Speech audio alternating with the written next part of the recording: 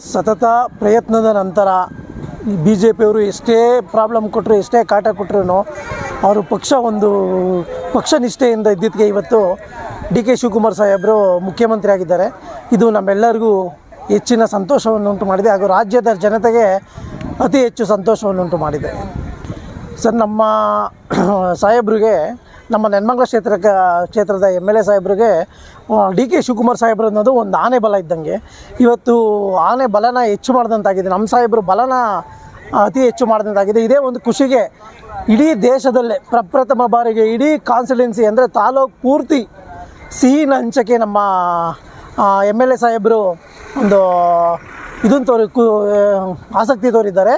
ಅಂದರೆ ಸಿಹಿನೂ ರೆಡಿಯಾಗಿದೆ. ಪ್ರತಿ ಮನೆಗೂ ಇವತ್ತು ಮತ್ತು ನಾಳೆಯಲ್ಲಿ ಪ್ರತಿ ಮನೆಗೂ ಅಂದರೆ 90,000ಕ್ಕೂ ಹೆಚ್ಚು ಮನೆಗೆ ಸಿಹಿ ಹಂಚುವಂಥ ಕೆಲಸ ನಡೀತಾ ಇದೆ. ಇದು ದೇಶದಲ್ಲೇ ಪ್ರಥಮ. ಇದು ನಮ್ಮ ಸಾಹೇಬ್ರೆ ಫಸ್ಟ್ ಮಾಡಿರೋದು ಅಂತ ಹೇಳ್ತೀನಿ ಸರ್. ಇವತ್ತಿಗೆ ಸಾಕಷ್ಟು ನೀವು ಅಭಿವೃದ್ಧಿಗಳು ನೋಡ್ತಾ ಇದ್ದೀರಾ. ಇನ್ನು ಮುಂದಕ್ಕೆ ಒಂದು ಆನೆ ಬಲ ಸಿಕ್ಕಂಗಾಗಿದೆ.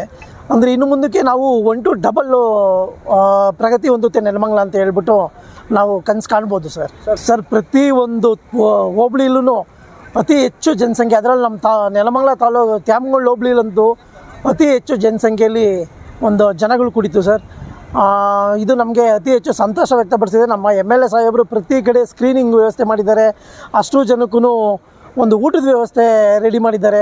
ಈಗ ಪ್ರತಿ ಮನೆಗೂ ಸಿಹಿನೂ ಹಂಚೋಕ್ಕೆ ಒಂದು ಎಲ್ಲನೂ ರೆಡಿ ಮಾಡಿ ನಮ್ಮ ಸಾಹೇಬ್ರಿಗೆ ಒಂದು ಆನೆ ಬಲ ಬಂದಂತಾಗಿದೆ. ಅದು ನಮಗೂ ಒಂದು ಶಕ್ತಿ ತುಂಬಿದಂಗಾಗಿದೆ ನೆಲಮಂಗಲ ತಾಲೂಕಿಗೆ.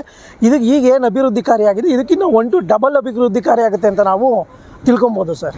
ಡಿ ಕೆ ಸಾಹೇಬ್ರಿಗೆ ಅಭಿನಂದನೆಗಳನ್ನ ಹೇಳೋಕ್ಕೆ ಇಷ್ಟಪಡ್ತೀನಿ. ಮತ್ತು ನಮ್ಮ ಸಾಹೇಬ್ರಿಗೆ ಅತಿ ಹೆಚ್ಚು ನೆಲಮಂಗಲ ಅಭಿವೃದ್ಧಿ ಕಾಣುತ್ತೆ. ಹಾಗೆ ನಮ್ಮ ಸಾಹೇಬ್ರಿಗೆ ನಾವು ಧನ್ಯವಾದಗಳು ಹೇಳೋಕ್ಕೆ ಇಷ್ಟಪಡ್ತೀವಿ ಸರ್. ನನ್ನ ಹೆಸರು ಧರಣೀಶ್ ಗೋವಿನಹಳ್ಳಿ ಅಂತ ಹೇಳ್ಬಿಟ್ಟು ಸರ್.